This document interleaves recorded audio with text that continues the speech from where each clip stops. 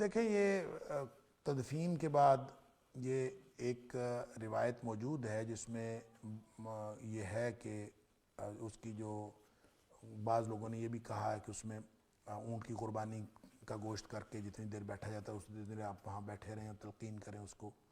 اور بعض نے یہ کہا ہے کہ سورہ بقرہ کی ابتدائی آیات جو ہیں، ابتدائی رکوع، پہلا رکوع جو ہے وہ اس کے سرانے کی طرف، قبر کے سرانے کی طرف بیٹھ کے پڑھیں، اور جو آخری رکوع ہے وہ اس کی پائنتی کی طرف بیٹھ کے پڑھیں.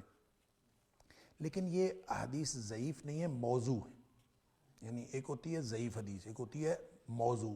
موضوع جب کہہ دیا جاتا ہے تو وہ موضوع کا معنی ہوتا ہے بناوٹی یا من گھڑت کہہ لیں، تو اس کو دراصل حدیث نہیں کہنا چاہیے. جو موضوع ہے وہ حدیث نہیں ہے. ضعیف تو چلیں سندن ضعیف ہوتی ہے، اس کے اندر تو اور معاملہ ہے، اس کی ضعف کی گئی وجوہات ہیں. لیکن جب کوئی حدیث جس کو من گھڑت کہا جاتا ہے تو من گھڑت کا مطلب ہے راستے میں کسی نے بنائی ہے، وہ حدیث نہیں ہے، تو اس پر تو بالکل ہی عمل. ویسے بھی شریعت جو ہے وہ صحیح حدیث سے ثابت ہوتی ہے، ضعیف حدیث سے شریعت ثابت نہیں ہوتی. لیکن رہ گئی موضوع تو وہ تو من گھڑت ہوتی ہے اور وہ قابل رد ہوتی ہے.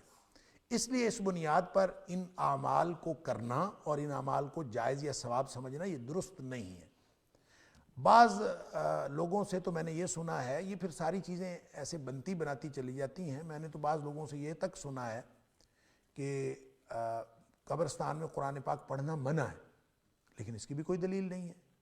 اور البتہ جب ہم نبی کریم صلی اللہ علیہ وآلہ وسلم کی حیات طیبہ میں دیکھتے ہیں، آپ سے ایسی کوئی بات ثابت نہیں ہے. صحابہ کرام کے ہم طرز عمل کو دیکھتے ہیں، ایسی کوئی چیز ثابت نہیں ہے کہ قبر بیٹھ کے قرآن پڑھنا ہو. لہٰذا وہ چیزیں جو دین میں نہیں ہیں ان کو دین سمجھ کے اس پر عمل کرنا. ایک تو یہ ہے کہ آپ ویسے گئے ہوئے ہیں وہاں کسی دن بیٹھے ہیں، ایسے ہی کبھی کسی وقت آپ نے کچھ تھوڑا سا قرآن پڑھ لیا اور اتفاقاً ایسی شکل بن گئی، تو یہ اور بات. ایک یہ کہ اس کو ثواب کا عمل سمجھ کے اس کو کرنا اور یہ بتانا کہ یہ پڑھنا چاہیے، یہ کرنا چاہیے، یہ درست نہیں ہے. اس لیے کہ ایسی کوئی ثبوت دلیل شریعت کے اندر موجود نہیں. ایک دفعہ میں قبرستان میں کسی تدفین میں تھا، تو وہ وہاں اور ہی مسئلہ، بڑے عالم دین تھے بلکہ موجود ہیں ابھی بھی. انہوں نے ایک مسئلہ کیا جو میں نے پہلے کبھی نہیں سنا تھا زندگی میں، اور اس کے بعد بھی آج تک نہیں سنا.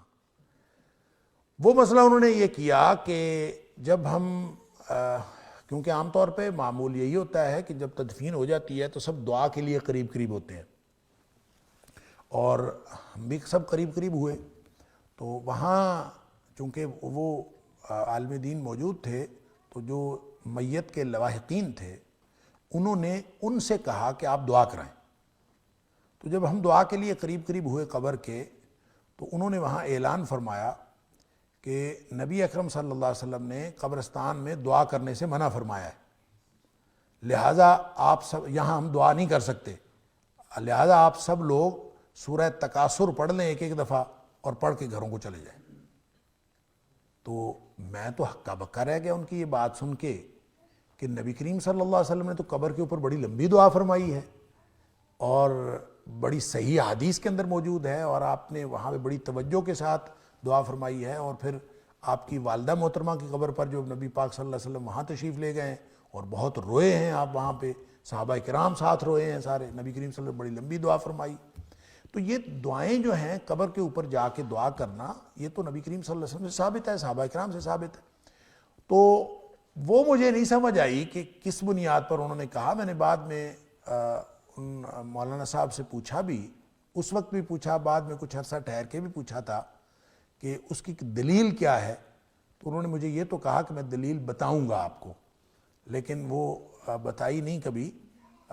مجھے نہیں پتا کہ انہوں نے اب اپنے اس مسئلے سے رجوع کر لیا ہے کہ نہیں، ابھی بھی یہ طرز عمل ہے، لیکن دلیل کوئی نہیں. تو کہنے کی بات ہے کہ اس طرح کی بہت ساری باتیں صرف جہلاء میں نہیں، علماء میں بھی موجود ہیں. تو بات وہی ہے کہ جو کام نبی کریم صلی اللہ علیہ وسلم نے کیا ہے وہی کریں. تو قبرستان کے اندر جا کے دعا کرنا نبی کریم صلی اللہ علیہ وسلم سے ثابت ہے، دعا کرنی چاہیے، بس بات ختم ہوئی. اس میں ظاہر ہے دعا کرتے وقت آپ کچھ نہ کچھ قرآن بھی پڑھتے ہیں، سورہ فاتحہ پڑھ لیتے ہیں، کوئی اور چیز پڑھ لیتے ہیں، آپ درود شریف پڑھتے ہیں.